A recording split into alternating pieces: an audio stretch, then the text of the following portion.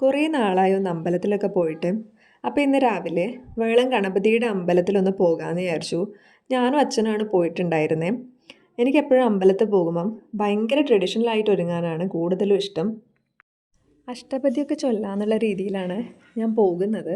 അവിടെ ഇപ്പോൾ ഭയങ്കര തിരക്കൊക്കെ ആണെങ്കിൽ അതിനൊന്നും പറ്റില്ല.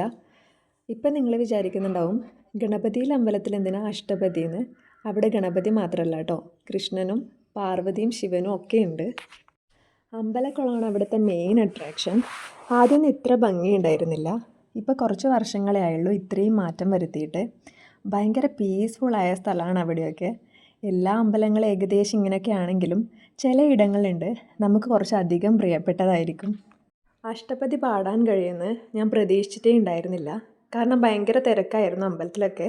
പക്ഷേ ഞാൻ കൃഷ്ണൻ്റെ അടുത്ത് പോകുമ്പം അധികം ആളൊന്നും ഉണ്ടായിട്ടില്ല. ഞാൻ അഷ്ടപതി പാടുമ്പോഴേക്കും കുറേ ആളുകൾ വന്നു.